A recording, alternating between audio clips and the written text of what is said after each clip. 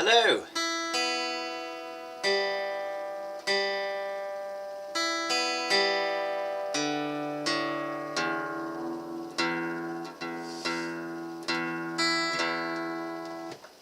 Cool, hello, welcome to the stream. Thank you to the 5 people that are already tuned in.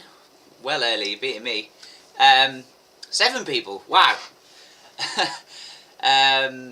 Smashing it, getting here before I've even started. Well done, thank you. Yeah, today's topic is Djangology. I've sort of talked about this before. I'm going to maybe show you a few new shapes to use for this kind of thing today. I'll be running you through the formula for how you can make any chord progression sound like gypsy jazz. And this is really cool for folk music. You can have loads of fun doing this with Irish tunes and Celtic tunes generally. You can also do it with anything. So if you want to take a song and convert it into like a Django sounding version, then you can use this formula on that as well. So yeah, it's loads of fun, and hopefully you'll be able to come up with some novel ways to use this kind of formula. Hey up Ed, thanks for tuning in. 15-second delay. Is that between me talking and the picture moving, or the other way around? Or we'll find out on that one. Yeah, so the first thing is there's I'm going to assume that everybody that's watching this kind of knows why certain chords go in certain keys. In a major key you've always got chords 1, 4 and 5 are majors, and 2, 3 and 6 are minors. And I'm assuming everybody here already knows that. You can also apply that to the other modes. So the Dorian mode, for example, begins on the 2nd degree of the scale.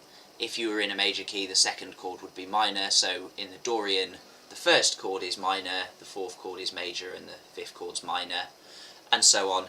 And I'm sure you all know you can work this stuff out quickly and easily with the amazing mode wheel, which you can get at folkfriend.co.uk/shop, the new Folkfriend website.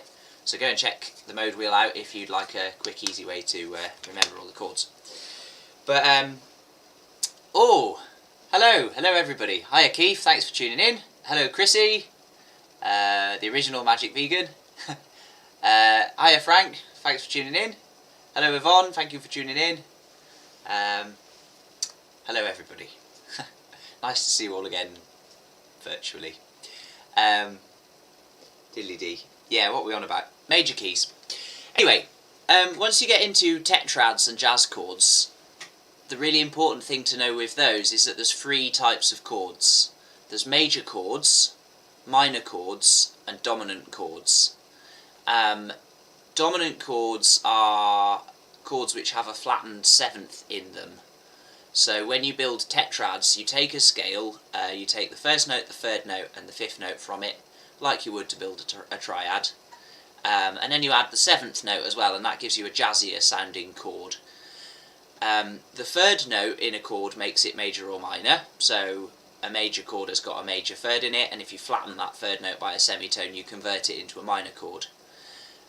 When you get to the tetrad world, you can have major chords which have the major 7th, so the 7th note from a major scale, and those are called major 7 chords. A minor chord has a flattened 3rd and a flattened 7th, because that's how they would be in the natural minor scale, which is another name for the Aeolian mode. And a dominant chord is really important because a dominant chord has a major 3rd but a flattened 7th, and that makes the dominant chord very unstable. And what happens is, if I play D, and then I play D7, that's my unstable dominant chord, and it wants to resolve down a 5th. And so what tends to happen is D, D7, and then it resolves down to G, and that gets rid of that tension created by the flattened 7th. Because that note there resolves to being the 3rd in the G chord, chord 1. So yeah, for folky purposes, if you're adding tetrads, you get 1 and 4 in a major key becoming major 7 chords. The 3 minors all become minor 7 chords, 2, 3 and 6. And the 5 chord always has to be a dominant chord, and that's very important. You can't play a major 7 chord for 5. 5 has to be a dominant. So if we're going to take an example, as we will in a minute, in the key of D major, then our 5 chord is A7, not A major 7. And it's really important that you don't play a major 7 for a 5 chord, because it just sounds dreadful. So yeah. So if you're in gypsy jazz territory, major type chords are going to become 6/9 chords, and 6/9 chords are chords like this, for example, where you've got a root, a third, a sixth and a ninth, and that's what you make up the chord with, hence the name 6/9. So it's just the root, the third, the sixth and the ninth, and you can have the fifth in there as well if you want to, if you've got enough fingers or some spare strings. So there's my, if I do it like that, there's my fifth at the top. So this shape, this is going to be movable, and you're going to put it wherever it needs to be in order to be your chord 1 and your chord 4. So what you do, for our example in D major, we're going to play along with Made Behind the Bar, because I've got a free play along video out for that, so you can all play with it. I'll put a link to that actually, just so you can have a go with it if you want to give this a try. There you go, it's in the comments. So you put your index finger on the 4th fret, and what you want to do is like point at the ceiling so that your hand is exactly at 90 degrees. The finger is coming at exactly 90 degrees to your guitar. You're pointing at the ceiling, finger as straight as you can get it, and then flatten that on the 4th fret so that it's doing the top 4 strings of your guitar. And then you can put your middle finger on the 5th fret of the A string and your ring finger on the 5th fret of the B string, and then either deaden the top E string with the index finger, or add your little finger if you like on the 5th fret. Doesn't really matter whether you do that or not. So that chord is D6/9, and that's going to be our chord 1. And if you wanted, you could use it for chord 4, slide it all the way up to the 10th fret, and that makes it into a G6/9, which is the 4 chord. So for chord 1 we're going to do something like, and for chord 4 we could do something like that. This strumming pattern that I'm using, this is the default Django strumming pattern. It's called La Pompe, and it basically is just downstrokes.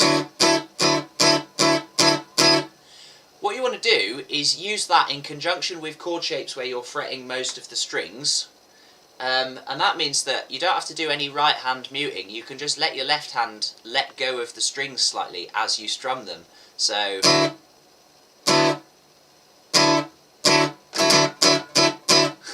you're basically strumming it and then slackening off immediately after you strum.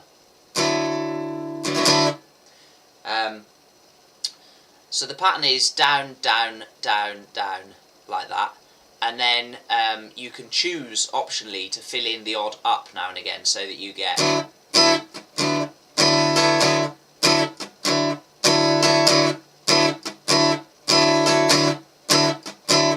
And you'll notice sometimes I like to fill in an up when I'm actually not fretting the chord, just so you get a nice little percussive noise.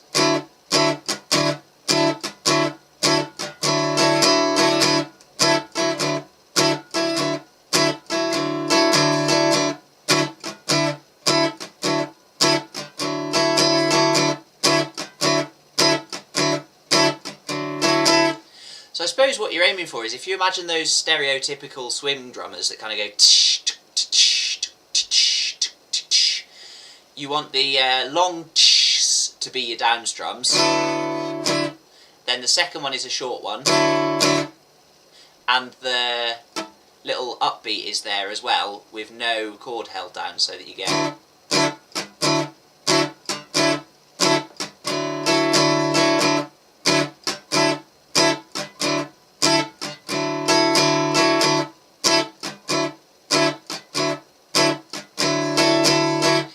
you'll notice as well, every fourth pattern, 1, 2, 3, 4, I quite like to fill in the fourth one by just keeping that chord held down throughout on the fourth one.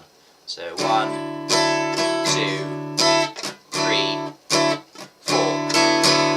1, 2, 3, 4. 1, 2, 3, 4. 1, 2, 3, 4. Something like that. Yeah, so that's that.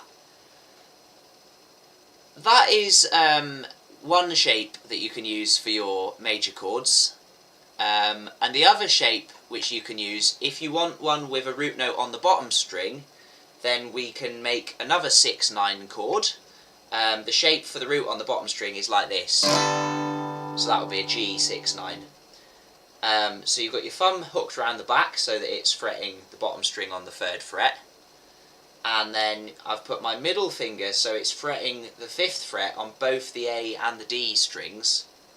I've put my index finger on the 4th fret of the G string and my ring finger on the 5th fret of the top 2 strings.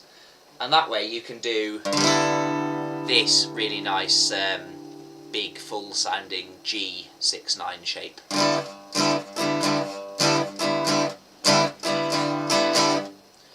So that's another nice option for if your chord 1 or 4 needs a root note on the bottom string. Hi Ice Locust, thanks for tuning in. Yeah, so that's the other option as well. So what I'm going to do for my chord 1, I'm going to use the 6/9 with the root on the 5th fret of the A string. And when I get a G, I'm going to use this one, G 6/9 down here.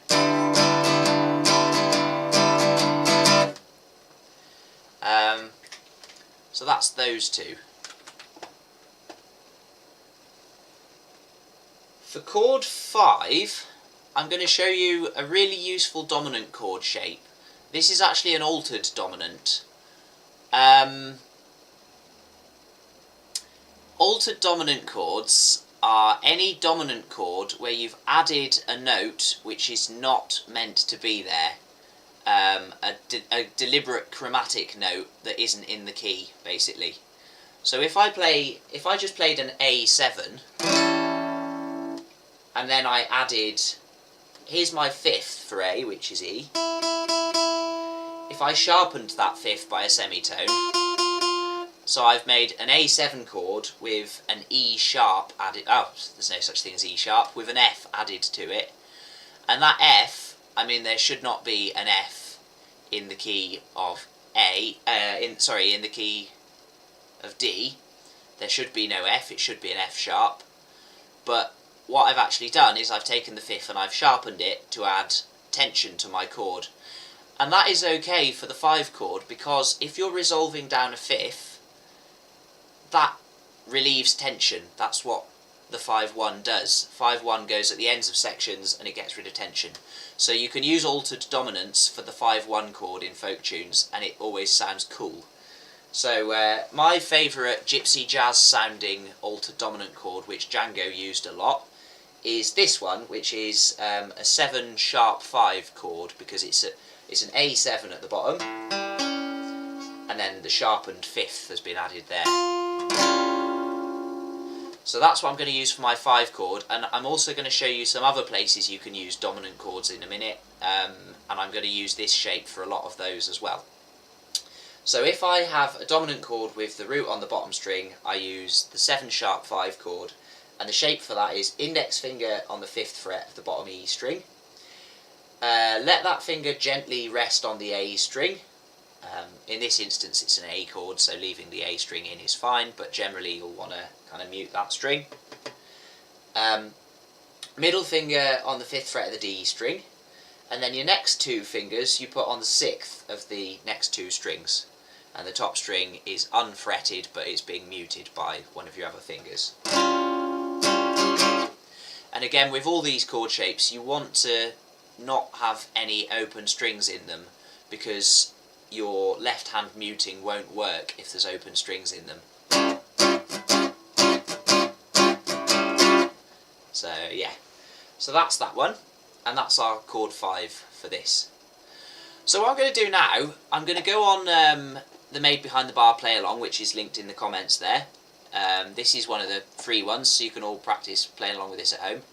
I'm going to put it on the medium speed, and when you first go on the medium speed, it shows you a simple set of chords, just D, G and A for the A part, and then I'm just going to play the A part and show you how you could implement these couple of chord shapes to get quite a cool jazzy version of it.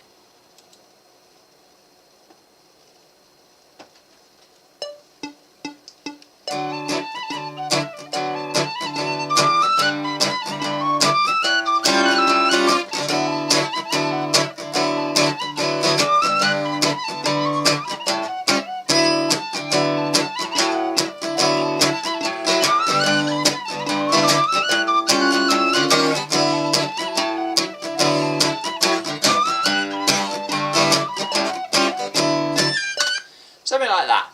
So that's sort of novel way of doing it.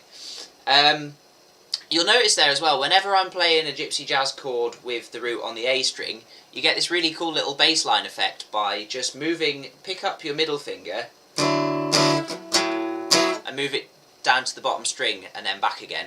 And that gives you this nice little root, fifth, root, fifth bass line thing going on. Likewise, when I'm doing the G chord, I emphasise the bottom string and then the A string.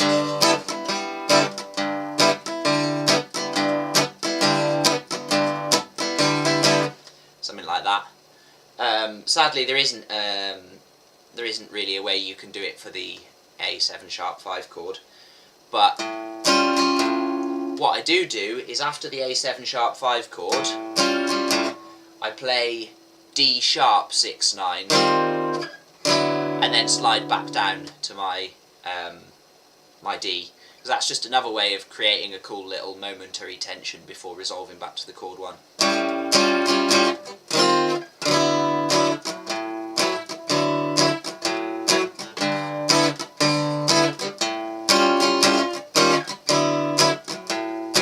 Something like that.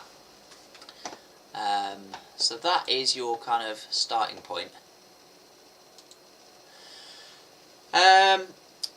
If you want to get a bit more complicated with it and you wanted to start throwing in some minor chords, all of the minors are going to become... You can use any sort of minor 7 chord, but there's a few that I particularly like. So if the root note is on the bottom string, the bottom E string, then your default minor chord for gypsy jazz is what I call the Django chord, which is a minor 13 chord.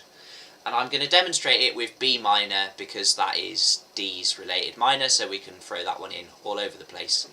So with that one, you put your middle finger on the 7th fret of the bottom string, you put your index finger on the 6th fret of the D string, and you put your next 2 fingers on the 7th fret of the G and the B strings. And that gives you that really tasty chord, which is the kind of Django classic, if you like.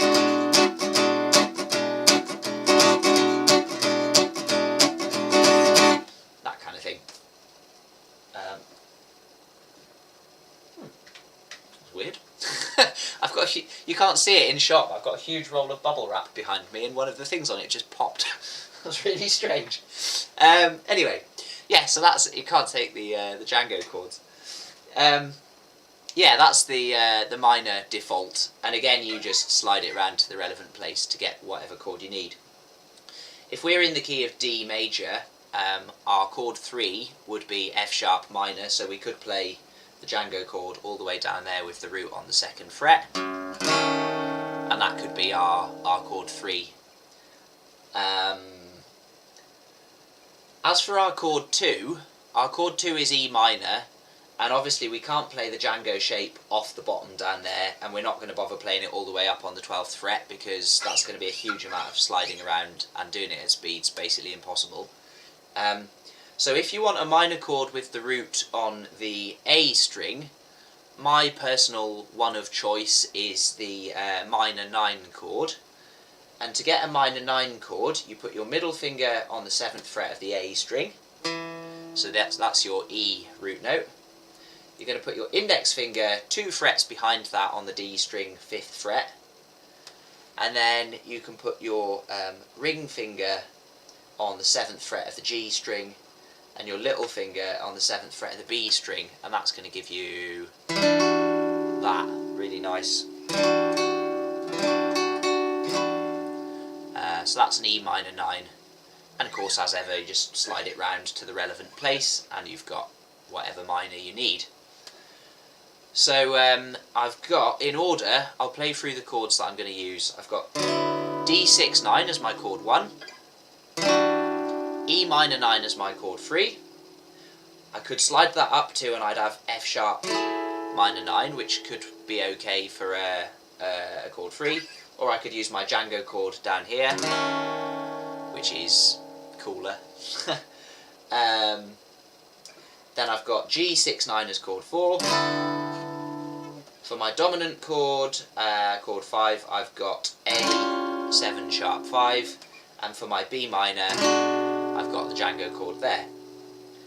So I'm going to follow along now with the chords that it shows at the start of the medium speed one on the free version of this play along, and I'll try and just use those chords instead of whatever it recommends, and we'll see how it sounds.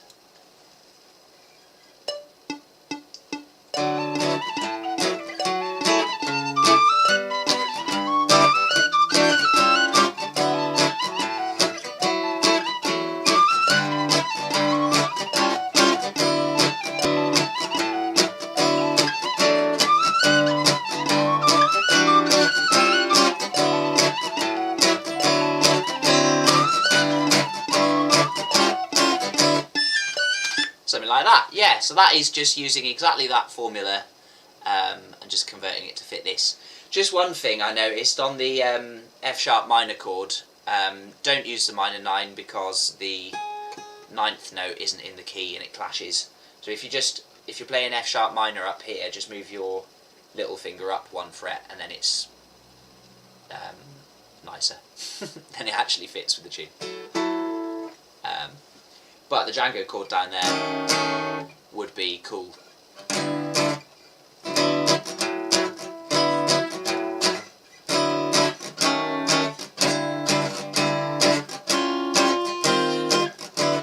Yeah, something like that, so that's fine.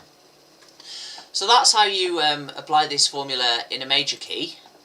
Does anyone want me to go back over anything from that little bit, or are we all good on that? Anyone got any questions about anything?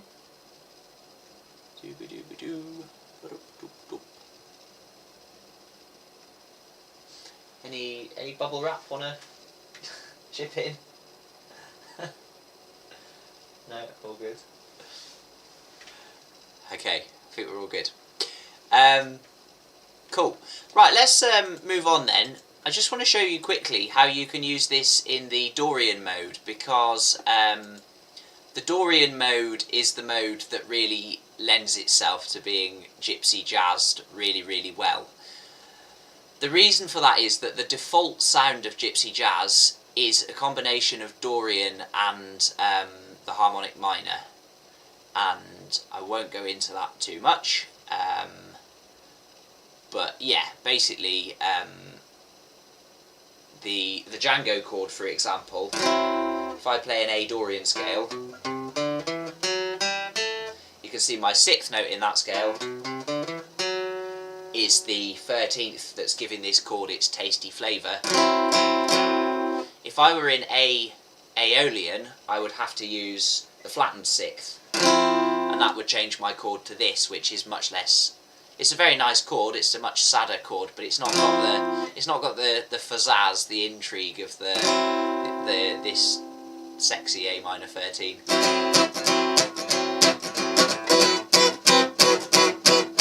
Or even more pizzazzier. How much pizzazz is that? Like a silly amount of pizzazz. But anyway, I'm digressing. So yeah, Dorian tunes work really well for this this technique. So it's the exact same formula. I'm going to use the corner house reel, which is one of the new play-alongs, and you can find them on the Folk Friend website. Go up to the top and click the tab that's called Play-alongs at the top right. You do have to pay for them, I'm afraid, because they took me so long to make, and I had to actually hire someone else to edit them in the end, because there weren't enough hours in the day after months of work. So yeah, there's 20 of them though that you can practice playing along with, and they've actually got chord diagrams on there for all the chords in them, and like an explanation of why those chords work, and an explanation of the jazzy options and everything like that. So there's absolutely loads of useful ideas and tips on there. Chord diagrams, hundreds of different versions of the chords, loads of good stuff. So yeah, go and check them out. But yeah, I'm going to play along with the corner house, which is in A Dorian. So if I spin my mode wheel round to A Dorian, you can see there, just check you can see there, yeah. So A Dorian is the same available chords as G Ionian. So in G Ionian we would have had G major as our chord 1, G major, that would be G6-9, chord 4 would be C6-9, chord 5 would be a D altered dominant chord of some sort, or a D dominant chord of some sort. And then all the minors, we're going to use either the Django chord or a minor 9, whichever is most conveniently under the fingers, I suppose. So now that we're in A Dorian, our chord 1 is A Django chord. Chord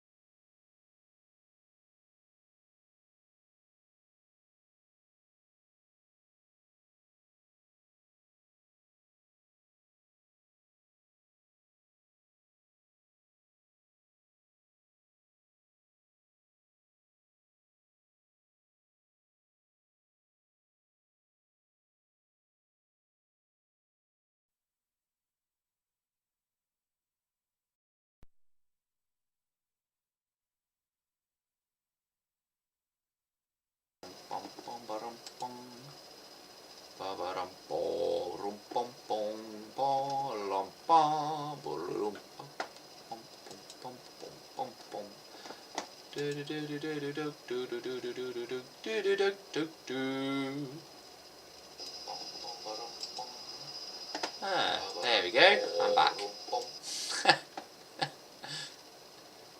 How very strange. I wonder what the keyboard shortcut is for that then.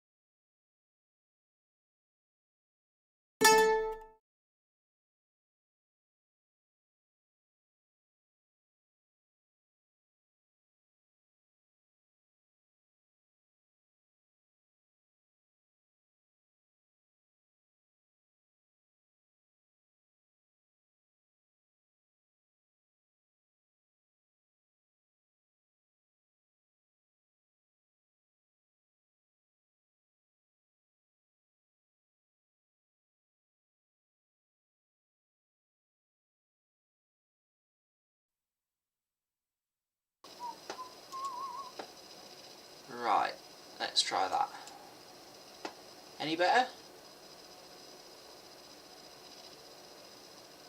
How about now? Hello, hello, hello, hello, hello, hello. Right, let's try that.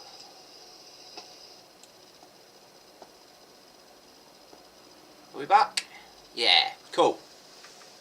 Yeah, hopefully it shouldn't go again. I think it's when because I've been editing videos, it's probably the sound card trying to do two things at once and it can't cope with it. Right then, what was I talking about? Chord 5. Yeah, anytime you've got a chord which is going to resolve down a fifth, it doesn't matter what kind of chord it is to start with, you can always replace it with a dominant or an altered dominant. Anytime you've got a chord that's going to resolve down a fifth. So if you're in a minor key, your chord 5 is normally a minor chord. So if we're doing this tune in the key of A Dorian, then our chord 5 would be E minor. But I'm going to switch out that E minor and I'm going to replace it with an altered dominant chord. And the one that I like to use if the root is on the A string is this, the Hendrix Chord. And this is an E7 sharp 9 chord. Or just, some people might just call it E sharp 9. But I'm not going to call it that because it sounds like I'm saying E sharp 9, which is that. So I'm going to call it E7 sharp 9. Doesn't really matter what I call it at the end of the day, does it? Most people also just call it the Hendrix Chord. So it's middle finger on the 7th fret of the A string, index finger on the 6th fret of the D string, ring finger on the 7th fret of the G string, and little finger on the 8th fret of the B string. And that's a really good chord 5 if you're in a minor key and you just move it about. If you were in a minor key where you required a chord 5 whose root was on the bottom string, like if you were playing in, let's say, E minor and you wanted a convenient B minor chord, then you can use that 7 sharp 5 chord shape I showed you earlier, because any altered dominant is functionally the same.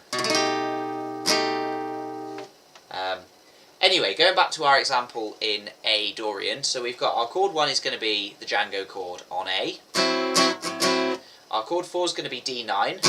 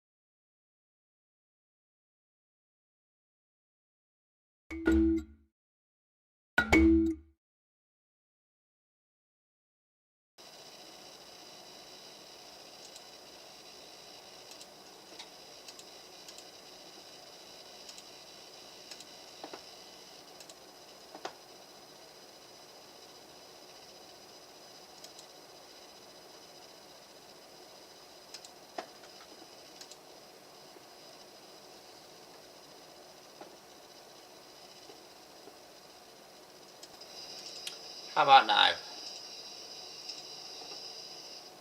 Yeah, cool.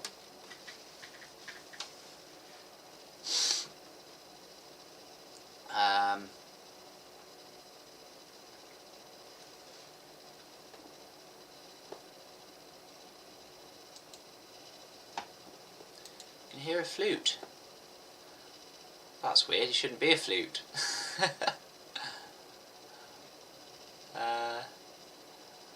Very strange. Yeah, I don't know what's going on today, this is really weird. Anyway, yeah, so you probably didn't get the bit about chord 7. If you're in A Dorian, your chord 7 in any mode other than Ionian is always a dominant chord. That's always true. And in this case I'm going to use G13 for my chord 7. So it's index on the 3rd fret of the bottom string, middle finger on the 3rd fret of the D string, ring finger on the 4th fret of the G string, and then little finger on the 5th fret, and that's on the B string. And if it ends up covering the top string as well, then so much the better.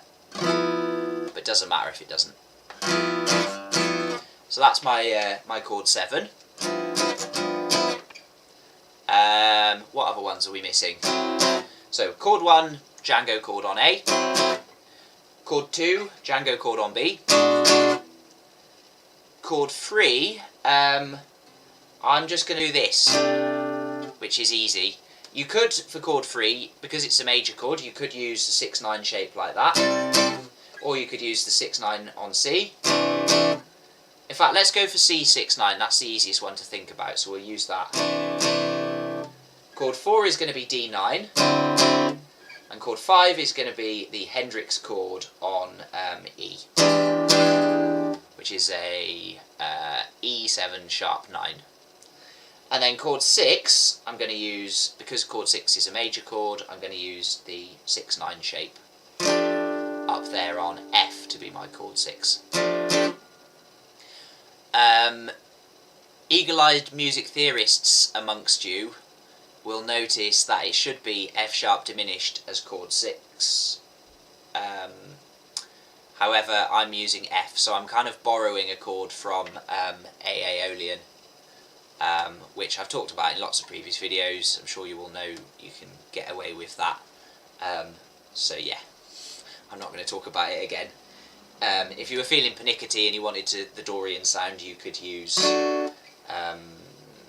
D over F sharp, if you liked. Something like that, or F sharp diminished. Doesn't matter anyway, we're not going to be using that one much.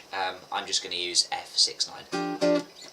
So, that gives me my complete range of chords, and I'm now just going to play along. I'm going to try and follow the chords that it recommends on the first time through the medium version on my play along for the corner house. But I'm going to convert them all into the relevant kind of gypsy jazz chord. There might be the odd mistake, but we'll see how it goes.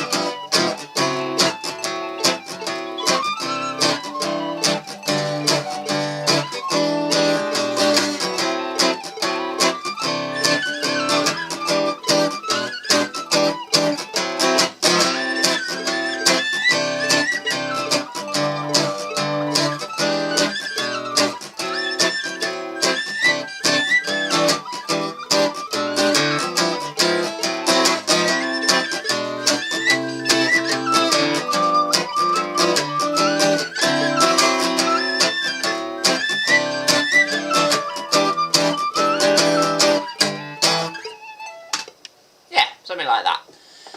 So yeah, you get the idea. That formula can be applied to any mode as well. Experiment with it a little bit, see what you can come up with. If you're in the mixed Lydian mode, your chord 1 is a dominant chord, so use a 9 chord for your chord 1, I would.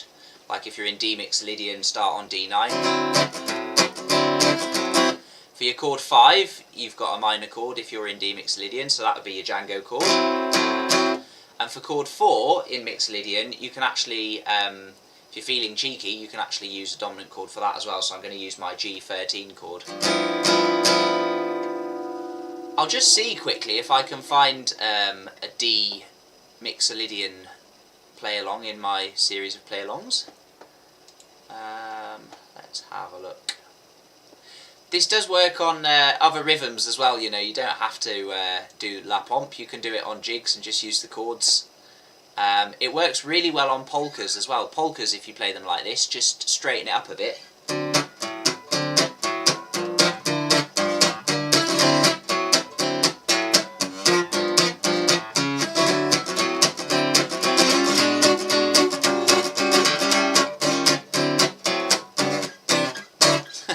You can be well silly with polkas. So yeah, that's fun as well. Diddly dee. Have we got one in D Mixolydian we can have a look at very quickly? What about a jig? Just for a bit of variation. I don't think I have any in D Mixolydian. Actually, I've got some in A Mixolydian. Maybe we'll do.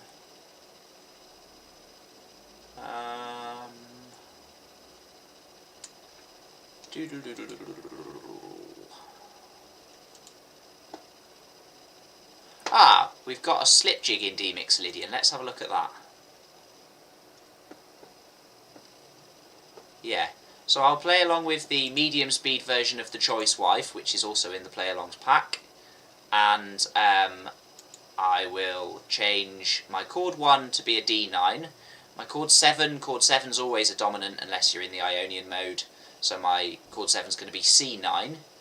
My chord 5 is going to be the Django chord on A, so A minor 13 in other words. And if there's a G in there, I'm going to play G13. B minor will be B Django chord, and so on. If I can find the beginning of it. Where is it? Somewhere around there.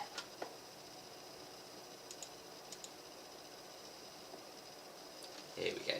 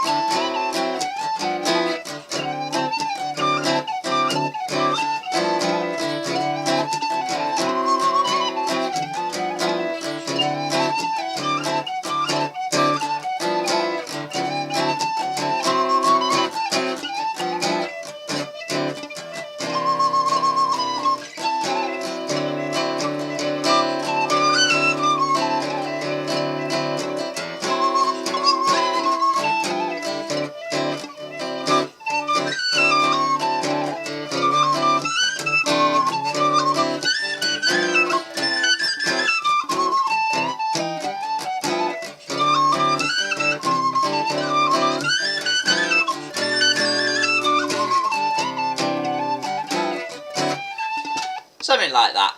The formula admittedly may need some slight adjustment to work well with Mixolydian, because actually in Mixolydian I found myself playing C6-9 instead of C9, which means that my 7 chord is actually, I'm actually playing a major 7 chord for my 7 chord. I may need to, we may have found a minor flaw in my formula actually. So in the Mixolydian mode your 7 chord is a major chord and your 4 chords are dominant. So it's only in the 2 minor modes where your 7 chord is a dominant.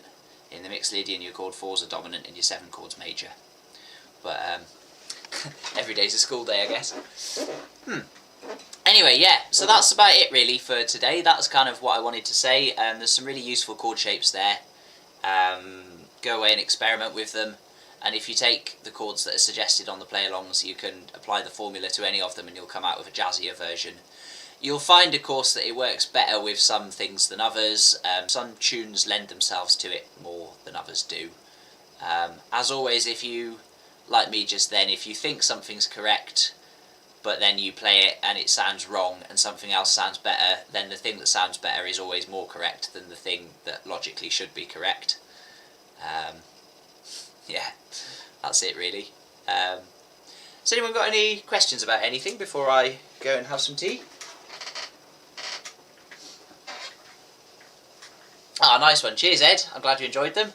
Thanks, Brian. I'm really glad you're enjoying the play-alongs. And I hope you had a good birthday as well. It was a while back now, wasn't it? But